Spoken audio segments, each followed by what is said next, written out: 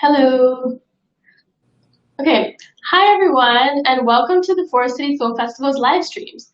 In these broadcasts, we'll be breaking down all 75 submissions in this year's festival to help you, the audience, decide what you want to watch. We have a fantastic lineup this year and a really diverse group of talented young filmmakers who have been working for months to ensure that this year's festival is by far the most impressive yet. Just a reminder that tickets are available on FCFF.ca and discount passes are available until October 10th.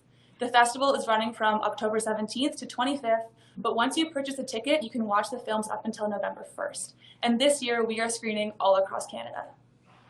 The great thing about our tickets this year is that when you buy a ticket for one feature film, it will include at least 2 other short films as well, and a live interactive Q&A with the filmmakers. There's 28 Q&A sessions in total, so make sure you check them out. Ticket holders can watch the films up until November 1st, and if you purchase one of our discount passes to see multiple films, they'll be getting a discount of 20 to 45% depending on the pass, so make sure you look out for those. It's a really amazing deal, so make sure you do not miss out. And now before we jump in, a little bit about ourselves. My name is Anne, and I'm a 4th-year student at Western University. I'm double majoring in media, information, and technoculture, as well as film studies, and I'm one of this year's FCFF interns. I personally am part of the production team. My name is Nandini, and I'm a recent graduate from Western with a double major in psychology and film studies. I'm also an intern at FCFF this year, and I'm part of the industry sessions team.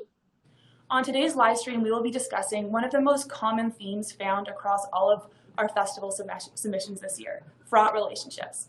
We have compiled a list that spans across all of our categories, from documentaries to shorts to features, that touch on this theme. And today, Nandini and I will be giving you the insider scoop on what these films have in store for our audience. Everybody loves a good drama, am I right? We'll be definitely staying spoiler-free as we discuss the films today, and this is just meant to be a guide for you to follow when you're choosing which films you want to watch this year. Please comment below if you have any questions or concerns about the films that we discuss. Okay, let's jump right in. The first film you're going to discuss is a short film called Tattoo. Tattoo follows the story of a young girl named Emma who is determined to get a tattoo despite her mother's vehement protests. The film follows Emma's relentless attempt to get some ink by any means necessary. Tattoo is fast-paced, entertaining, and I thought it was really realistic in the way that they portray like tense mother-daughter relationships. I really like the film because the struggle between what the mother knows is best for her kid and what the daughter thinks is best based on like her friends and social life is very relatable, and it's kind of a bit relatable to me and my experiences of growing up. I totally agree. Also, this film was made by a talented group of filmmakers from Sheridan College, and the writer and director of the film, James Dean Ferguson, was actually inspired by his own mother and sister and their relationship when creating the script. So therefore, a lot of the dialogue is actually directly quoted from their real-life arguments. So this is really definitely not one to miss out on. Make sure you check out Tattoo. It's screening on Tuesday, October 20th at 3:30 p.m. So make sure you check it. The next film Nandini and I are going to discuss is Kitty Mamas, a feature-length mockumentary-style comedy. This film is about a human medical trial where 4 women are artificially inseminated and give birth to real live kittens. It's funny, it's heartwarming, it's super wacky. I thoroughly enjoyed every moment of it. I just want to say that this film is probably one of my personal favorites of the festival because it just has so much heart, and I found it extremely engaging from start to finish. The characters are also super relatable, they have great development arcs, and they're actually really complex, which is one of the things I really loved about it. The other cool thing is that the fraught relationships between the characters are very interesting to watch because they have disapproving parents, unhappy partners, career conflicts, and also religious conflicts. The other thing I liked about it is that the film has a diverse cast, there's LGBTQ relationships, and they discuss feminist issues. One really interesting fact about Kitty Mamas that I think our audience is going to be thrilled to learn is that the film director, who's actually from London, Dennis Alexander Nicholson, actually built this story around Paul Sung-Hung Lee, who plays the doctor running the trial, and who was also the star of the really popular sitcom Kim's Convenience. Dennis actually works in the sound department at Kim's Convenience on the CBC, and the pair became really good friends over the years, and now they decided to collaborate on a project of their own, and our festival is honored to be sharing that collaboration with you guys. That's so cool. Kim's Convenience is actually one of my favorite shows, so I'm super excited we have a film starring Paul at our festival. Make sure you check out Kitty Mamas. It's screening on Thursday, October 22nd at 3 p.m.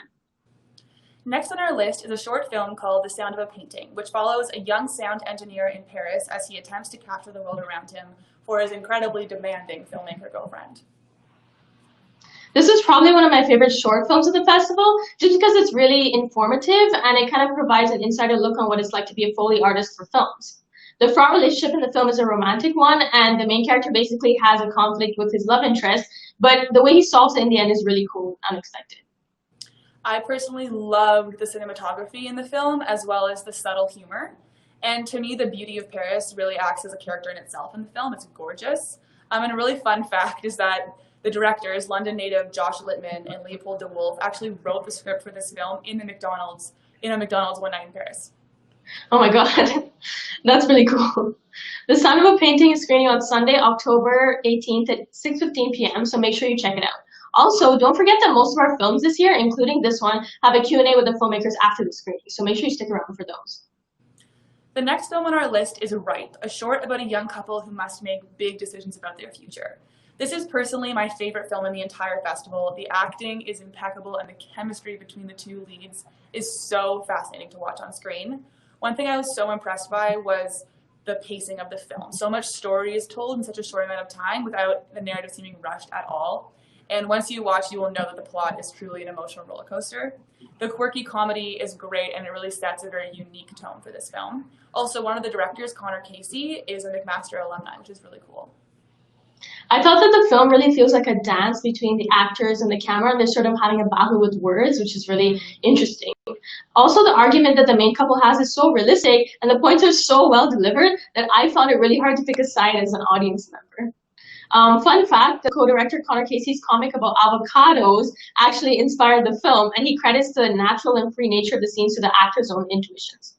I felt that this like really paid off because one of the best parts of the film is the fraud relationship portrayed by the actors. I completely agree. Ripe is screening Thursday, October 22nd at 9 p.m., so do not forget to check it out. Our next film is That Is All, and it follows the story of Ryan, a middle-aged man, as he's coming to terms with who he is and what he wants out of life. I really enjoyed this film because there's actually two fraud relationships in it. There's interpersonal conflicts between the main character, his love interest, and his friends, but there's also an internal conflict between the main characters and himself, which is also really interesting to watch.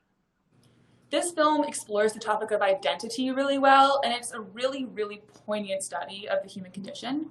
It also does an amazing job tackling the important subject of LGBTQ relationships and lived experiences, and overall it's really impactful, and I had a great time watching it. Also, fun fact, the writer and director of this film, Mark Whedon, is a Laurier alumni, and he used to live in Cambridge. So make sure you check out That Is All. It's screening on Saturday, October 24th at 3:30 p.m. Our next film, From the Vine, takes us outside of Canada into the beautiful countrysides of Italy.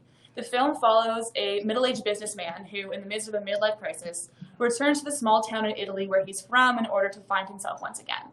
This film is heartwarming and hilarious, and it really explores the themes of family and heritage and tradition really well, and it uses the unique humor of magical realism. So anyone who watches has seen Jane the Virgin and loves that style of comedy, this film is perfect for you.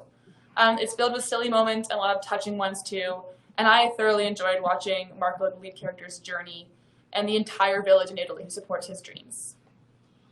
I felt that as an audience member, you can sort of put yourself in Marco's shoes and experience what it's like to travel or escape to a new place when you watch this film. This is actually perfect if you've been itching to go on vacation during the pandemic, or if you just love traveling.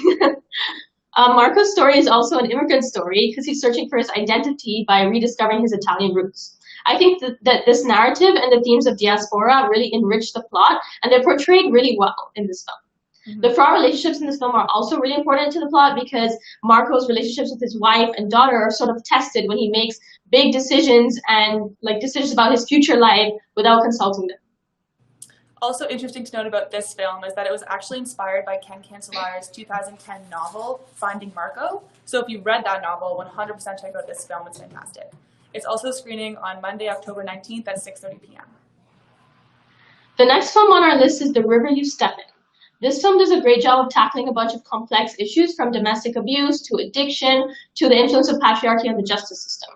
The thing that I really liked about it is that it takes the time to really explore all of these issues thoroughly and in a way that's very realistic. The film also provides an in-depth look into what it's like to be a social worker and deal with patients who you want to help but sometimes can't. That's where most of the fraud relationships come about because the main character is a social worker who she kind of forms familial bonds with her patients when she should be forming work-based bonds.